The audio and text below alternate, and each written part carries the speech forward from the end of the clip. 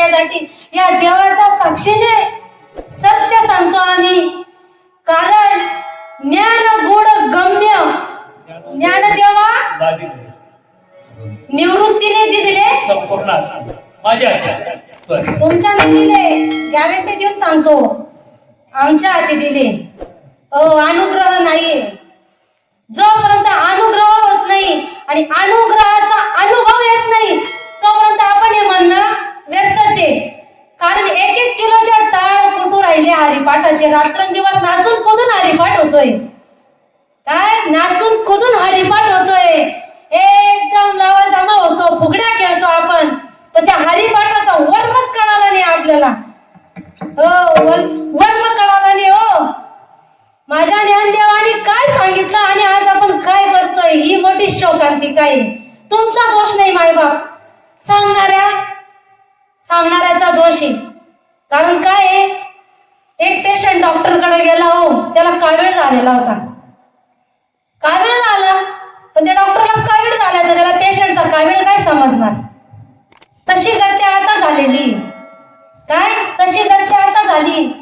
कारण ना हरिपाठ फक्त मनाय पुरता आहे. आमचे श्रीपाद बाबा सांगायचे का वरण भात वरण भात वरण भात वरण भात चालू बोलायचंय कडीत बोलायचं जाते पण काही नाही.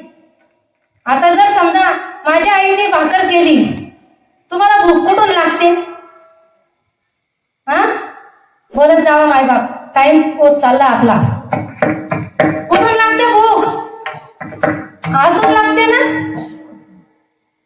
मग जर समजा आईने जर भाकरी केल्या आणि ती पोटाला बांधली तर पोट भरेल का. नाही ना. मग तिला काय करावं लागेल, खावं लागेल, ग्रहण करावं लागेल नाही का. अनुग्रह ग्रहण करावं लागेल. अनु म्हणजे सूक्ष्म नाही का. आता एक जण म्हणे कबा रामकृष्ण हरीच हा मंत्र आहे म्हणे. अरे तो उघडा मंत्र आहे मायबाप. हा उघडा मंत्र आहे. याविना असता अनेक पै साधन वाहत असे आन विठोबाची. काय सांगितलं तुकोबारायांनी, वाहत असे आन विठोबाची. कारण याविना अनेक पै साधन, कारण रामकृष्ण पेक्षा अजून एक साधन आहे. ते साधन तुम्ही घ्या. ते साधन शिवाय तुमची मुक्तीच होणार नाहीये. ते तर बस गटांगणा खात बसू आपण नाही का. म्हणून ज्ञानदेव महाराज म्हणतात, ज्ञानदेव म्हणे नाम हे सुलभ. ज्ञानदेव म्हणे नाम हे सुलभ. ज्ञानदेव म्हणे नाम हे सुलभ. ज्ञानदेव म्हणे नाम हे सुलभ. सर्वत्र दुर्लभ विराजाने. सर्वत्र दुर्लभ विराजाने. बघा सर्वत्र दुर्लभ का म्हटलं. मग हरिपाठ तर आपण रोज म्हणतो ना, मग सर्वत्र दुर्लभच का म्हटलं असेल. कारण हे नाम आहे ना एवढा पॉवरफुल आहे, एवढं पॉवरफुल आहे. रेड्याला बोलायला लावलो, भिंत चालवली नामावर. चांदेव आणि त्यांचं किती 14 विद्या 64 कला त्यांच्या सगळ्या मुख गत होत्या.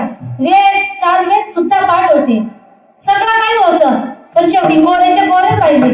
काहीच समजत नव्हतं. मेलेल्यापर्यंत जिवंत करायचे फक्त. पण माझी एवढी मुक्ताईने कुत्र्याला सुद्धा जिवंत करायला चालूच म्हणे मेल्या तरी ते उठून बसलो. हो मग आणि त्याची सुद्धा भ्रांती आरोपली चांदेवाची. मग का तो जर एवढं काही सगळं काय मग का मुक्ताबाईला शरण आला. मुक्ताबाईलाच का गेला शरण.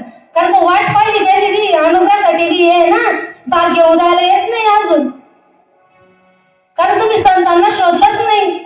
जीवनामध्ये फक्त आपण बोलत राहिलो सद्गुरु वाचून सापडे ना सोय नाही का. कारण इथं आपण सद्गुरूची जोपर्यंत शरणागती पत्करत नाही ना तोपर्यंत आपल्याला संतांचे अभंगही समजणार नाही. हो ते समजून घ्यायला सुद्धा भाग्य लागतं आपलं. म्हणून आहे ना अशी भक्ती पाहिजे, कधी ओळखायला पाहिजे. आणि ती भक्ती ह्याच देहामध्ये ह्याच जन्मी ओळखी करा. आत्माराम संसार संभ्रम भोगू नका मायबाप. हो तर कारण आयुष्य थोडंसंच राहिलेलं आहे आपलं, थोडंसं राहिलंय थोडंसंच. म्हणून चांगदेवांना मुक्ताबाईला शरण यावं लागलं आणि त्या नामाची अनुग्रहाची प्राप्ती करून घ्यावी लागली आणि त्यांना अनुभव आले, अनुभूती आली साधू संतांनी. आता बघा ज्ञानेश्वरी आहे, अगोदर ज्ञानेश्वरी का नाही लिहिली? केव्हा लिहिली? त्यांच्या जीवनामध्ये निवृत्ती दादा आले, बरोबर?